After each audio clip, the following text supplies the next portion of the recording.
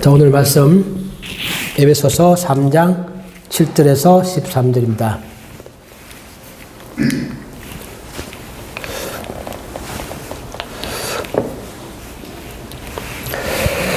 다 같이 읽겠습니다. 시작. 이 복음을 위하여 그의 능력이 역사하시는 대로 내게 주신 하나님의 은혜의 선물을 따라 내가 일꾼이 되었노라. 모든 성도 중에 지극히 작은 자보다 더 작은 나에게 이 은혜를 주신 것은 청량할 수 없는 그리스도의 풍성함을 이방인에게 전하게 하시고 영원부터 만물을 창조하신 하느님 속에 감추어졌던 비밀의 경륜이 어떠한 것을 드러내게 하려 하심이라. 이는 이제 교회로 말미암아 하늘에 있는 통치자들과 권세들에게 하나님의 각종 지혜를 알게 하려 하심이니 곧 영원부터 우리 주 그리스도 예수 안에서 예정하신 뜻대로 하신 것이라. 우리가 그 안에서 그를 믿음으로 말미암아 담대함과 확신을 가지고 하나님께 나아감을 얻느니라. 그러므로 너희에게 구하노니 너희를 위한 나의 여러 환난에 대하여 낙심하지 말라. 이는 너희의 영광이니라. 아멘. 자, 지금 우리가 보고 있는 이 에베소서, 바울이 에베소 교회에 편지를 보내서 지난주에 보면 우리가 하나님께서 자기 자신에게 많은 계시를 주셨다. 그렇게 말을 하면서 오늘은 하고 싶은 얘기가 뭐냐면 그런 기쁜 소식에 내가 메신저가 되었다는 뜻입니다. 우리 오늘 본문에 보면 밑에 보시면 3장 3절에서 곧 계시로 내게 비밀을 알게 하셨다. 그렇게 말하면서 그러한 내용을 내가 전번에 너희들에게 다 편지로 보내지 않았느냐. 그것을 읽어보았지? 그렇게 말하고 내가 그러한 계시로 하나님의 놀라운 비밀을 알았는데 나에게 그러한 비밀을 주신 이유는 내가 그것을 전하게 하기 위한 것이다. 나 혼자만 그걸 알고 있어서 내 마음 가운데만 그걸 가지고 있어서는 아무 의미가 없고 하나님은 나에게 계시를 주실 때는 그것을 다른 사람들에게 전하도록 하기 위한 것이다. 그래서 내가 지금 그 복음의 일꾼, 다른 말로 하면 기쁜 소식의 메신저가 내가 되었다. 그렇게 말합니다. 우리도 하나님 우리들의 마음 가운데 밝은 빛을 비추셔서 우리가 그 복음의 진리를 깨달았죠. 깨달았다면 그 복음의 진리를 깨달은 것이 나 자신에게 기쁨을 주고 또 소망을 주고 평화를 주고 아주 좋은 것입니다. 동시에 또한 그런 것들을 우리는 나 혼자만 알 게 아니라 주변에 당연히 전하는, 자연스럽게 전할 수밖에 없는 그런 위치에 서게 되고 또 그런 말을 하게 되고 그런 삶을 살아가게 되는 거죠. 바울도 똑같이 그렇게 살아가는 것입니다. 이게 바울만의 문제가 아니라 우리 모두에게 똑같이 해당되는 얘기입니다. 우리 성경 읽어보면 바울만이 이런 일을 한 건 아닙니다. 베드로도 자기의 메시지를 유대인들에게 열심히 전하고 또 바울과 함께 바나바도 그 소식을 열심히 이방에 전했고 또 아볼로도 열심히 전했고 또 마태도 마태복음을 기록해서 예수님의 메시지를 전하고 또 요한도 요한복음을 기록하고 요한 1서에서 3서를 기록하고 요한 계시록을 기록해서 계속 하나님이 주신 그 메시지들을 계속 전하는 그런 일을 하는 것입니다. 그것은 굉장히 자연스러운 것입니다. 내가 꼭 전달하는 사명을 받았기 때문에 전한다. 그게 아니라 내가 내 삶 가운데서 깨달았던 기쁜 소식이 있고 좋은 소식이 있으면 주변에 전하는 것은 너무나 자연스러운 것입니다. 우리가 어디 좋은 데 여행 갔다 와서 갔다 왔더니 너무 좋더라. 내가 맛있는 음식점에 갔다 와서 내가 그제 가서 밥을 먹어봤는데 너무 맛있더라. 내가 무슨 영화를 봤는데 영화가 너무 좋더라. 이건 되게 자연스러운 거죠. 사람이 만나면 그런 이야기를 하는 것은 너무나 자연스러운 것입니다. 그처럼 바울도 자기가 깨달았던 그런 진리의 계시의 말씀들을 전달하는 게 너무나 자연스럽고 자기 삶의 중요한 한 부분이 되고 삶의 목적이 되고 그렇게 살아가는 것입니다. 그래서 바울은 에베소 교인들에게 내가 왜 지금 로마 감옥에 있는지 그것은 내가 너희들에게 복음을 전하다 보니 어떤 저항에 부닥쳐서 지금 감옥에 있는 것이다. 그 모든 것들은 다 내가 알게 된 그 기쁜 소식을 전하다 보니 생긴 일들이다. 그렇게 말합니다. 바울이 전하고 있는 이 기쁜 소식의 내용을 보면 한 4가지 정도로 제가 요약을 할 수 같은데요. 첫 번째는 보면 하나님은 창세전에 원대한 계획을 세우셨습니다. 하나님은 창조하고 난 다음에 인간이 타락했더니 저걸 어떡하지? 저걸 구원해야지? 이렇게 생각하신 게 아니고 처음부터 우주를 만들기 전부터 하나님 마음속에서는 이 모든 것들이 다 계획 가운데 있었다는 뜻입니다. 하나님은 창세기에서 온 우주 만물을 만들 때 온 우주 만물을 만드는 것도 중요하지만 그 온 우주 만물은 다 인간을 위하여 만들었습니다. 하나님의 원대한 창조 계획 속에는 그 중심에는 사람이 있는 것입니다. 하나님은 사람을 창조하고 그 사람을 창조하기 위해서 사람에게 필요한 해와 달도 만들고 지구도 만들고 저 멀리 있는 북극선도 만들고 아주 멀리 있는 별들은 우리랑 전혀 상관이 없을 것 같은데 하나님은 그 별들도 우리를 위하여 만들었다는 것입니다. 사람들은 그에 관심을 가지고 연구하고 이런 걸 막 하고 있죠. 그처럼 하나님은 그렇게 창조하셨다. 또 우리가 알고 있는 천사들, 또 천사들 가운데서는 타락해서 악한 영이 된 존재들, 그런 천사와 악한 영들도 하나님은 인간을 위하여 만들었습니다. 우리가 생각할 때는 천사가 우리보다 훨씬 더 힘이 세고 높은 존재 같고 하나님과 우리 사이에 중간쯤 있지 않을까 그렇게 생각하는데 반대로 그 천사들도 하나님은 우리 인간을 위하여 만들었다는 것입니다. 뒷밑에 보시면 히브리서 1장 14절에서 그렇게 말합니다. 모든 천사들은 섬기는 영으로서 구원받을 상속자들을 위하여 섬기라고 보내심이 아니냐. 그거 보면 구원받을 상속자는 우리죠. 이걸 위해서 하나님은 영들을 만들었다는 것입니다. 그렇기 때문에 하나님의 창조 속에는 우주, 악한 영들, 착한 천사들 그 모든 것들은 전부 다 우리를 위하여 창조되어져 있습니다. 우리가 미신이 나쁘고 무당이 왜 나쁜 거냐면 그들은 악한 영들을 섬깁니다. 하나님은 그 영적인 존재가 현실적으로 보면 우리보다 더 뛰어난 능력을 가지고 있지만 그러나 하나님은 그 존재조차도 우리 사람을 섬기기 위해서 만들어진 존재다. 그렇게 말합니다. 우리는 그들을 다스려야지 우리 그들에게 굴복당할 그들의 말이 끌려갈 그런 존재가 아니다라는 것입니다. 이 첫 번째 기쁜 소식이죠. 우리가 즉 모든 것들의 중심이다. 그 얘기입니다. 자, 두 번째는 그런 하나님은 우리로부터 멀리 계신 분이 아닙니다. 사람들은 전도해보면 하나님은 창조주 맞다. 근데 그 하나님은 내가 눈에 보이지도 않고 나랑 말도 안 하고 저 멀리 있어서 나랑 전혀 상관없는 존재가 아니냐. 그렇게 말하지만 그렇지 않다는 것입니다. 바울이 그리스 아테네에 가서 전도할 때 이렇게 말하죠. 사도행전 10주짜리 보면 그는 우리 각 사람에게서 멀리 계시지 않다. 멀리 계시지 아니하도다. 하나님은 그렇게 위대한 하나님은 우리 옆에 가까이 계신 분이다라는 것입니다. 그러시면서 그분은 우리하고 사랑의 관계를 맺고 싶어 하십니다. 멀리 떨어져 있는 게 아니라 우리랑 대화하고 우리랑 함께 살고 서로 기도하고 응답하고 이런 관계를 맺고 살아가고 싶어 하시는 그런 분이다. 이걸 우리가 구원이라고 부르죠. 우리의 구원이라는 것은 하나님이 우리와 사귀는 것입니다. 그렇기 때문에 하나님은 우리와 사귀고 대화하고 같이 살아가고 이런 관계를 맺고 싶어 하시는 분, 그 위대하신 하나님이 그것이 두 번째 중요한 기쁜 소식의 내용입니다. 그래서 우리 이 구원은 원래 하나님이 인간을 창조했는데 그 인간이 하나님을 버리고 떠났을 때 하나님은 다시 우리를 찾아오셔서 우리와 다시 관계를 맺고 싶어 하는 것, 그것이 바로 구원이고 그러한 구원은 원래 우리를 창조했던 그분만이 할 수 있는 일들입니다. 왜냐하면 그래서 우리의 구원은 재창조입니다. 두 번째 창조입니다. 첫 창조가 있고 두 번째 창조가 바로 우리의 구원이다. 오늘 본문에도 보면 에베소서 3장 9절에 보면 두 번째 박스에서 영원부터 만물을 창조하신 하나님 속에 감추어졌던 비밀의 경륜이 어떠한 것을 드러내게 하려 하십니다. 만물을 창조하신 하나님 속에 우리를 향한 그 구원의 계획이 들어있었다. 그걸 지금 바울이 밝히 드러내서 우리들에게 알려주는 것이다. 그렇게 말합니다. 그러시면서 하나님은 하나님과 우리 사이에만 사귐 있게 하는 게 아니라 우리 전에 봤던 것처럼 하나님은 같이 하나님을 믿는 사람들끼리도 서로 사귐 있게 해서 그게 바로 우리가 부르는 교회죠. 공동체를 만들어 가신다. 이게 하나님의 원대한 계획에 들어있는 것입니다. 하나님은 모든 걸 창조하시고 창조 중심에는 사람이 있고 하나님은 그 사람과 화해하고 사귐을 갖고 싶고 또 자기를 믿고 따르는 사람들끼리도 우리끼리도 서로 사귐 있게 하고 공동체를 만들어 가시는 것. 그게 하나님의 원대한 계획 속에서의 핵심 내용이 되는 것입니다. 세 번째 기쁜 소식은 내가 전하는 그리스도 안에는 아주 청량할 수 없는 풍성함이 있다는 것입니다. 아주 풍성함이 있다. 청량할 수 없는 우리 본문에 보면 청량할 수 없는 그리스도의 풍성함을 이방인에게 전하게 한다.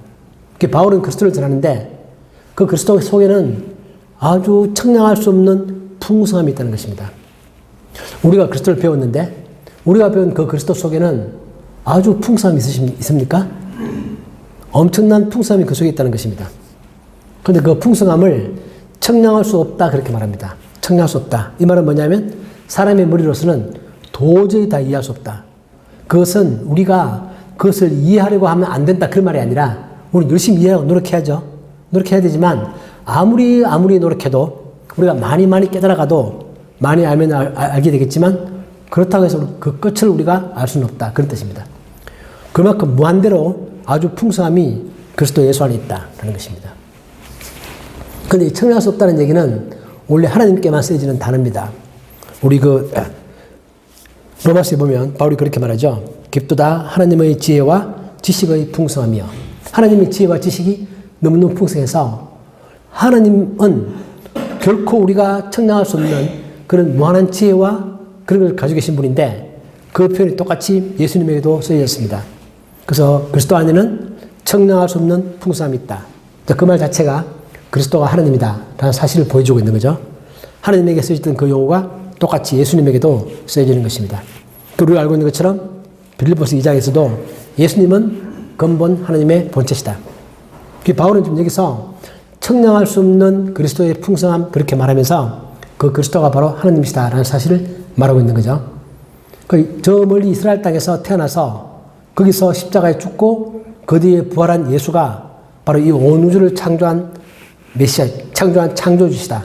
창조한 하나님이시다. 좀 그런 말을 지금 바울이 하고 있는 것입니다. 그래서 그게 또 바울이 전하고 있는 기쁜 소식의 중요한 내용이 됩니다. 근데 그리스도 안에 있는 청량할 수 없는 풍성함, 그게 뭘까요? 뭐가 상상되십니까? 또 그리스도 안에 어떤 풍성함이 있길래 그를 청량할 수 없는 풍성함이라고 말할까? 우리 골로새서에 보면 또 바울이 똑같이 이렇게 말합니다. 골로새에 보낸 편지 속에는 그 안에는 지혜와 지식의 모든 보화가 감추어져 있다. 과연 정말 그리스도 안에 어떤 풍성함이 있을까? 우리는 그 풍성함을 지금 누리고 있는 것입니까? 참 신기하죠? 구체적으로 그것이 무엇일까? 그러니까 우리가 상상할 수 있는 지식, 지혜, 물질, 영생, 건강, 이 모든 것, 우리가 생각하는 모든 것들의 풍성함이 다 그 속에 다 있다는 것입니다. 왜냐하면 그분은 바로 우리의 창조주시기 때문에, 즉, 그분은 우리들에게 그것을 다 줄 수 있는 분이고, 주고자 하는 마음도 가지고 있다.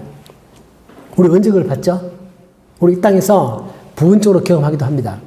근데 우리가 나중에는 우리의 구원이 완성되는 시점에서 우리 그 모든 것들을 다 상속받을 것입니다. 성경이 그렇게 말하고 있죠. 우리는 하나님의 상속자다. 우리 봤던 것처럼 하나님은 우리들에게 하늘의 신령한 복으로 복을 주시는데 하나님 주시는 그 복을 받는 우리가 바로 그것을 이어받는 상속받는 상속자다. 로마서에서 그렇게 말합니다. 우리는 하나님의 상속자다. 왜? 우리 하나님의 자녀이기 때문에. 우리가 뭘 상속받죠? 여기서 말하는 청량할 수 없는 그리스도의 풍성함, 하나님 속에 들어있는 지혜와 지식의 모든 보화를 우리가 상속받는 것입니다. 이것이 나중에 우리들에게 반드시 주어질 것입니다. 그러니 이게 기쁜 소식이 아니고 뭡니까? 그죠? 기쁜 소식이죠. 사람들 살아가면서, 내가 이 땅에 살아가면서 우리 삶이 너무 허무하고 너무 짧고 죽으면 아무것도 없는 것 같고 사람 점점 늙고 우리들이 눈에 보이는 것들은 허무하기도 하고 한정되어 있는 삶을 살고 있지만 그러나 그것은 현재 이 땅에서 삶일 뿐이다. 반드시 하나님은 그리스도 속에 들어있는 그 풍성함을 우리들에게 반드시 우리들에게 다 주신다. 그걸 미리 예정되어 있고 하나님의 원대한 계획 속에는 그것이 들어있고 하나님은 창세전에 이미 그러한 계획을 세우셨고 지금 그것이 진행되고 있는 중이다. 그렇게 말합니다. 그러니까 그 소식이 기쁜 소식이죠. 여러분들이 만약에 이런 사실을 정말 내가 경험했고 안다면 이거야말로 기쁜 소식이 아닐 수 없죠. 근데 솔직히 우리들은 이거에 대한 확신이 좀 약합니다. 바울은 이거에 대한 확신이 너무 강해서 확실히 전하고 있는데 우리는 조금 약하죠. 그 성경을 읽어보니까 맞긴 한 것 같은데 내가 그렇게 기억을 못 해봤기 때문에 자신 있게 담대하게 막 전하기 어려운 그런 마음들을 우리 가지고 있죠. 근데 우리가 성경을 읽다 보면 묵상하다 보면 이런 게 점점 더 내 마음 가운데 확신이 생깁니다. 이게 정말일까? 정말이지. 정말이 아니면 내가 믿는 게 무슨 의미가 있으며 이게 정말이 아니면 내가 무엇 때문에 하나님을 믿는가? 내가 무엇 때문에 예수님의 부활을 내가 믿을 것인가? 그 생각이 드는 거죠. 그런데 내가 예수님의 부활을 믿는다면 이 땅에서의 작은 복을 누리는 데 만족할 게 아니라 하나님이 약속하신 이 놀라운 청량할 수 없는 정말 엄청난 도저히 카운트할 수 없는 그런 식의 풍성함이 그리스도 안에 있고 하나님은 그것을 반드시 우리들에게 주실 것이다. 라는 사실을 내가 마음 가운데 점점 더 깨달아가면, 내가 그것을 많이 깨달아가면 갈수록, 내 마음 가운데 그것이 확신이 생기면 생길수록 나는 점점 더 자연스럽게 주변에 그걸 알리게 되는 것입니다. 너무 자연스러우니까. 그것이 바로 바울이 전하고 있는 기쁜 소식의 세 번째 내용입니다. 네 번째 내용은 되게 신기한 부분인데요. 우리 에베소 3장 10절에 보면 이렇게 말을 합니다. 이제 교회로 말미암아 하늘에 있는 통치자들과 권세들에게 하나님의 각종 지혜를 알게 하려 하신다. 하나님은 우리를 창조하시고 난 다음에 우리를 구원하시는데, 우리의 구원을 이루어가는 그 과정을 하나님은 누구에게 말해주고 싶은 거냐면 하늘에 있는 영적인 존재들에게 그걸 가르쳐주고 싶어 하십니다. 하나님 우리를 구원하신 이 구원 역사의 놀라운 장면들을 누가 보고 있는 거죠? 하늘에는 천사가 보고 있고 악한 영들도 그걸 보고 있습니다. 어떤 마음으로? 과연 저것이 이루어질까? 과연 지도될까? 하나님 저 원대한 계획이 반드시 이루어질까? 이런 마음을 가지고 보고 있는 것입니다. 그러니까 주인공은 하나님과 우리고, 그걸 바라보고 있는 관중은 악한 영들이라는 것입니다. 이게 이제 BSD에서 존 스타트 목사님 그렇게 표현했죠. 관중은 누구냐? 악한 영들이다. 주인공은 누구냐? 하나님과 사람이다. 스토리는 뭐냐? 하나님 사람을 구원하는 구원 스토리다. 그렇게 표현을 합니다. 그래서 우리는 우리의 구원이 뭐 별거 아닌 것 같습니다. 그냥 우리가 뭐 예수님 믿고 구원받고 영생을 얻고 이런 것 같은데, 천사들은, 영적인 존재들은 그 의미의 깊이를 압니다. 알기 때문에 그것이 너무 놀라운 거죠. 과연 그것이 이루어질 것인가? 그것을 하는 것입니다. 이건 마치 우리가 생각할 때 아이들이 태어나면, 어린 아이들은 자기의 생명이 어떻게 만들어졌는지 애들은 별로 뭐 신기하지 않습니다. 사는 게 너무 자연스러우니까. 근데 어른이 돼서 보면 아이들이 만들어지는 과정이 너무너무 신기합니다. 그러니까 우리 해마다 봄이 되면 꽃이 피죠. 어릴 때는 해마다 꽃이 피는 건 뭐 이상하지 않습니다. 자연스럽죠.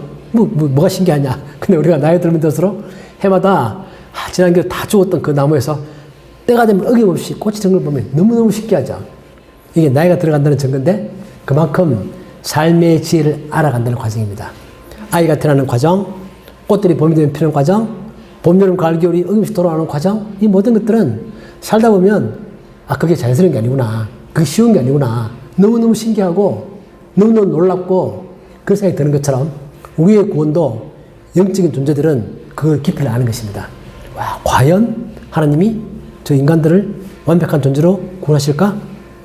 자기의 풍성한 그 모든 것들 다 상속하실까? 이런 것들이 그 영적인 존재를 우리보다 지금 더 많이 알고 있기 때문에 너무너무 신기하게 보인다는 것입니다. 그래서 이런 말을 합니다. 하나님이 창세기에서 첫 창조를 통해서 하나님은 인간들에게 하나님의 자신의 영광을 드러냈다. 그렇다면 이제 사람을 구원하는 구원 역사를 통하여 하나님은 영적인 존재들에게, 천사들에게 하나님의 영광을 드러낸다. 그때 그 천사들은 선한 영적인 존재만이 아니라 악한 영적인 존재들, 사탄도 그 속에 들어 있습니다. 하나님은 사탄에게도 내가 인간을 어떻게 구원하는지 봐라. 그러면서 이제 그것을 보여주는 것입니다.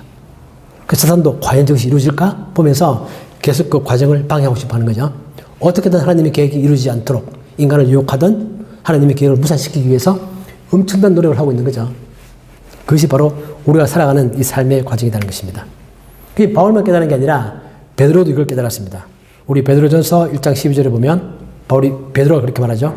이 구원에 대하여는 사도들을 통하여 이제 너에게 알린 것이고 천사들도 살펴보기를 원하는 것이다. 천사들도 이것이 무엇인지를 알고 싶은 것입니다. 그래서 우리가 지금 경험하고 있는 게, 바울이 말하고 싶은 것은 뭐냐면, 우리가 단순하게 예수를 믿어서 구원받는다? 그런 작은 얘기를 하고 있는 게 아니다. 잘 못 깨닫지만 그 속에는 진짜 엄청난 온 우주의 계획이 그 속에 다 들어있는 것이다. 아주 놀라운 것이다. 그런 것들을 바울은 깨달았다는 거죠. 그래서 그 내용을 계속 전하고 있는 것입니다. 하나님은 이런 기쁜 소식을 어떻게 전달할 거냐 하면, 하나님은 신기하게도 전도를 통하여 이것을 전달하기로 결정하셨습니다. 우리 전도해보면 사람들이 그런 말 많이 하죠. 아니, 하나님이 이렇게 뛰어나시고 능력이 있으시면 그거 좀 쉽게 가르쳐 주시지, 이렇게 뭐 잘 안 보이게 해놓고 사람이 입을 통하여 전도해서 그걸 전한다는 게 자연스럽게 이해가 안 된다. 또 우리가 생각해도 좀 답답하기도 합니다. 근데 하나님은 전도를 통하여 하나님의 놀라운 계시의 비밀들을 사람들에게 알려주기를 원하십니다. 바울도 그걸 계시를 받았기 때문에 그걸 전하는 것이고 그런 거죠. 그래서 고린도전서에 보면 바울이 그런 말하죠. 하나님께서 전도에 미련한 것으로 믿는 자들을 구원하시기를 기뻐하셨다. 전도에 미련한 것. 남들이 볼 때 전도는 미련해 보인다. 비효율적이다. 그런 어려운 방법이 어딨냐. 좀 더 효율적으로 신나게 한 번에 쫙 하는 그런 방법 없냐. 그래서 하는 거죠. 하나님 나타나서 내가 하나님이다. 믿어라. 딱 그러면 끝날 문제를 뭘 이렇게 사람들한테 가르쳐주고 전도하고 설교하고 이렇게 하느냐. 굉장히 미련해 보인다. 그런데 그것은 하나님이 선택한 방법이다라는 것입니다. 신기하게도 그런 전도를 통해서는 도저히 진리가 전달될 것 같지 않은데 시간이 가면 갈수록 점점 더 신기하게도 많은 사람들이 그것을 받아들입니다. 그 자체가 또 신기한 거죠. 그러니까 저도 제가 신기합니다. 어떻게 내가 그걸 듣고 그걸 내가 믿게 됐지? 너무 신기하고 제 주변에 믿는 사람들도 보면 너무너무 신기합니다. 근데 하나님은 하나님의 방법이기 때문에 생각보다도 많은 사람이 믿게 되고 하나님의 때가 되면 반드시 하나님이 원하시는 숫자만큼은 다 믿게 된다. 왜 그렇게 하실까요? 제가 생각할 때는 그것은 우리가 아까 말했던 것처럼 사람과 사람 사이의 공동체를 만들기 위한 것이라고 저는 그렇게 생각을 합니다. 하나님이 각자에게 다 믿음을 주시는데 근본적으로는 그럼에도 불구하고 결국은 하나님의 믿음을 주시는 것이지만 그 믿음을 주시는 방법이 사람이 사람에게 전달함으로 해서 믿음을 갖게 하는 통로로 사용하셔서 그 사람과 사람이 공동체가 될 수 있도록 서로 이해하고 돕고 하나가 될 수 있도록 그런 과정을 하나님은 원하신다.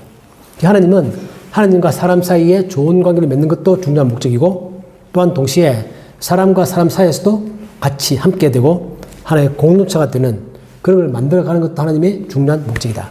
하나님은 그래서 전도를 통하여 자신의 기쁜 소식을 전달하기로 결정을 하셨습니다.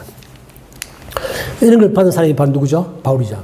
물론 바울만이 아닙니다. 아까 제가 말했던 것처럼 베드로도 있고 마태도 있고 요한도 있고 바나바도 있고 아볼로도 있고 많죠. 그런데 이런 메신저 역할을 받은 것은 바울이 생각할 때 그건 은혜다. 정말 은혜다. 내가 그 역할을 받은 것은 정말 은혜다. 그렇게 생각을 합니다. 우리 3장 8절에 보면 바울이 이렇게 말하죠. 모든 성도 중에 지극히 작은 자보다 더 작은 나. 자, 이 말은 문법적으로 틀린 말입니다. 지극히 작은 자, 가장 작은 자. 그럼 그 걔가 제일 작은 자잖아요. 그 말 자체가. 그보다 더 작다? 이런 거 있을 수 없죠. 말이 모순이죠, 모순. 그러니까 이건 이제 표현하는 것입니다, 그렇게. 정말 내가 작은 존재다. 지극히 작은 자보다도 더 작다. 가장 나쁜 자보다도 더 나쁘다. 이렇게 말하는 거니까. 가장 좋은 사람보다도 더 훌륭하다. 이렇게 말하는 거니까 아주 강조법입니다. 왜 그런 말을 하고 있는 거냐면 우리가 알고 있는 것처럼 바울은 과거에 예수님을 핍박했고 이 복음을 반대했던 사람입니다. 그렇기 때문에 그 사람을 하나님이 잡아서 자기의 복음을 전하게 하는 그런 기쁜 소식을 전하게 하는 사람으로 만들었다는 그 자체는 하나님의 은혜지 그 말고는 다른 말 설명할 수가 없다. 지금 바로 그렇게 말하는 것입니다. 그래서 바울은 자기 자신이 과거에 내가 이 기쁜 소식을 복음을 반대했던 사람이라는 사실을 그는 결코 숨기지 않습니다. 그를 공개합니다. 나는 그런 사람이었다. 그렇게 말을 합니다. 그렇기 때문에 그거에 비해서 그럼에도 나를 메신저로 쓰시는 하나님이 굉장히 감사한 분이다. 은혜가 넘친다. 그렇게 말하고 동시에 그렇지만 그렇다고 해서 자기 자신이 또 비굴해지지도 않습니다. 바울은 보면 우리 빌립보 3장에 보면 나도 육체를 신뢰할 만하다. 인간적인 조건을 따지면 내가 누구에도 내가 지지 않는다. 그러니까 바울은 자기가 하나님 앞에서 내가 겸손한 것이지 내가 사람들 사이에서 내가 남보다 못해서 남보다 더 낮아서 지금 그런 말 하고 있는 게 아닙니다. 나도 사람의 기준으로 보면 나도 충분히 훌륭한 사람이고 나도 육체를 신뢰할 만하다. 나도 누구 못지않다. 그렇게 말하면서 그러나 나에 대해서 그런 메신저 역할을 주신 그 하나님의 은혜는 참으로 놀라운 것이다. 지금 그런 말 하고 있습니다. 그래서 기쁜 소식의 전달자가 된 바울은 그 자체가 너무 좋은 것입니다. 이런 기쁜 소식을 전했는데 그의 결과는 뭐죠? 그의 결과는 하나님께 담대히 나아가는 것입니다. 우리 12절에 보면 우리가 그 안에서 그를 믿음으로 말미암아 담대함과 확신을 가지고 하나님께 나아감을 얻느니라. 이게 구원이죠. 우리의 모습들입니다. 하나님은 이런 전도를 통해서 그걸 깨달은 사람들이 그 메시지를 받아들인 사람들이 하나님께 담대히 나온다. 확신을 가지고 나온다. 자유롭게 나온다. 그런 뜻입니다. 옛날에는 하나님과 우리 사이를 가로막고 있던 것들이 너무 많았죠. 그런데 이제는 우리가 하나님께 마음 놓고 담대하게 확신을 가지고 나올 수 있다. 그러니까 우리는 거리낌 없이 언제라도 나의 죄에도 불구하고 또 내가 하나님께 나아가는 것을 방해하는 모든 방해 요소에도 불구하고 우린 담대하게 나아갈 수 있다. 이게 하나님 우리 열어놓으신 길이고 우린 그 길을 따라서 하나님께 담대히 나아가는 거죠. 이렇게 나아가면서는 방해 요소들이 있습니다. 첫째는 내 마음 가운데 섬찟 하나님께 잘 나아가지 못하게 만드는 내 마음 가운데 뭐 좋은 말로 하면 양심이라고 부를 수 있는 그런 것들이 항상 나로 하여금 하나님께 나아가는 것을 주저하게 만들죠. 내가 이렇게 부족한 존재인데 내가 이렇게 죄가 많은데 어떻게 나아가지? 이런 마음들이 있지만 성경이 말하는 바는 그렇지 않다. 넌 하나님께 담대하게 나올 수 있다. 확신을 가지고 나올 수 있다. 예수님의 십자가의 피로 너의 죄가 다 용서되어졌고 그러므로 너는 담대하게 하나님께 나올 수 있다. 이런 길을 놓으신 것이고 이게 바로 기쁜 소식이죠. 우리는 하나님께 담대하게 나아갈 수 있다. 그러면서 바울은 자기가 로마 감옥에 갇힌 것에 대해서 에베소 교인들이 낙심하지 말라고 말합니다. 우리 13절에 보면 그러므로 너에게 구하노니 너희를 위한 나의 여러 환난에 대하여 낙심하지 말라. 이는 너희의 영광이니라. 이 말은 보면 에베소 교인들이 바울이 로마 감옥에 갇힌 것에 대하여 낙심을 할 수 있다는 뜻입니다. 낙심할 수 있겠죠. 우리가 봐도 아니 하나님의 말씀을 저렇게 열심히 전하고 확신을 가지고 하나님의 그 그리스도의 풍성함을 전하는 사람이 왜 자유롭게 말씀을 막 전하고 다니는 게 아니라 로마 감옥에 갇혀 있는 거지? 그걸 보고 있으면 열심히 전도하다 보면은 마지막은 감옥에 가는 것이구나. 그런 생각을 할 수 있다는 것입니다. 사람들은. 그래서 그들의 마음 가운데는 낙심하는 마음들이 생길 수 있습니다. 또 실제로 생깁니다. 우리도 그런 마음을 가질 수 있는 거죠. 저도 그 생각을 많이 합니다. 왜 바울이 마지막에 로마에서 감옥에 가고 거기서 참수형을 당하는 거지? 그리스도의 삶이 왜 그런 것이지? 라는 생각을 누구나 다 할 수 있습니다. 그런데 바울은 여기서 그걸 알고 있기 때문에 그들에게 너희들이 낙심하지 말라 그렇게 말합니다. 낙심하지 말아야 되는 이유는 뭐냐면 첫 번째는 하나님의 원대한 계획이 이루어지기 때문에 그렇습니다. 자기가 로마 감옥에 있는 것은 하나님의 그 원대한 계획이 이루어지는 그 과정이 있다. 그렇기 때문에 반드시 그것은 하나님의 원대한 계획이 이루어진다는 것을 오히려 보여주고 있는 것이다. 그렇기 때문에 낙심하지 마라 그렇게 말합니다. 왜냐하면 예수님은 바울을 부를 때 내가 너에게 이방인 사도로 보낼 것이고 너의 앞길에는 많은 고난이 될 것이다. 그렇게 미리 말씀하셨기 때문에 그 말씀이 이루어지는 과정입니다.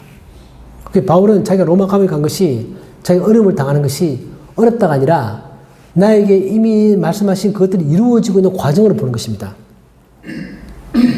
예수님은 나에게 사명을 주시면서 너가 이방인들의 전도를 할 것이고 그 과정 가운데 너에게 어려움이 많을 것이다.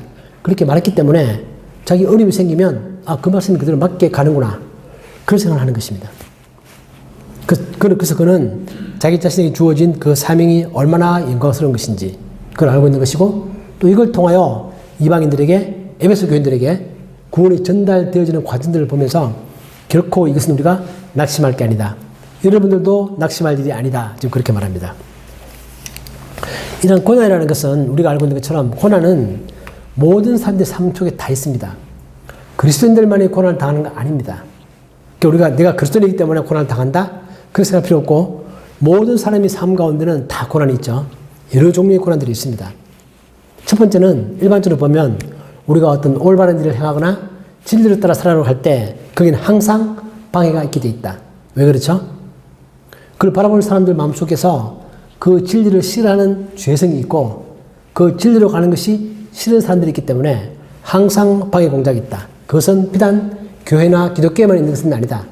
우리가 알고 있는 것처럼 일반 사회 속에서도 올바른 일을 누군가 행하려고 하면 거기는 항상 방해 공작이 생깁니다. 그건 왜냐하면 그걸 바라보고 있는 사람들이 마음속에 그걸 좋아하지 않는 죄성들을 가지고 있기 때문에 그렇다. 그렇기 때문에 기독교의 복음을 전함에 있어서도 똑같은 그런 방해 공작은 있을 수밖에 없다. 또 그리고 아까 봤던 것처럼 악한 영들이 영적으로 약한 영들이 하나님의 저러한 계획이 이루어지는 것인가 아닌가 계속 보고 있으면서 어떻게 하면 저 하나님의 계획이 이루어지는 것을 내가 방해할 수 있을까? 그것을 하는 것이기 때문에 방해는 당연히 있는 것이다. 또 두 번째는 뭐냐면 이 고난이라는 것은 그것을 하는 사람이 얼마나 내가 그것을 하고 싶어 하느냐를 보여주는 중요한 지표가 된다는 뜻입니다. 내가 뭘 할 때 그게 어려움이 있겠다, 고난이 있겠다, 그 생각이 들으니까 나 그거 안 할 거야. 나 어려운 거 피해갈 거야. 그러면 그 사람은 그걸 간절히 하고 싶지 않다는 뜻입니다. 아주 간절히 원하면 고난이 있더라도 내가 고난을 무릅쓰고 그것을 해야 되겠다고 생각하는 것입니다. 고난과 장애물은 얼마나 그 사람이 그것을 하고 싶어 하느냐를 보여주는 지표입니다.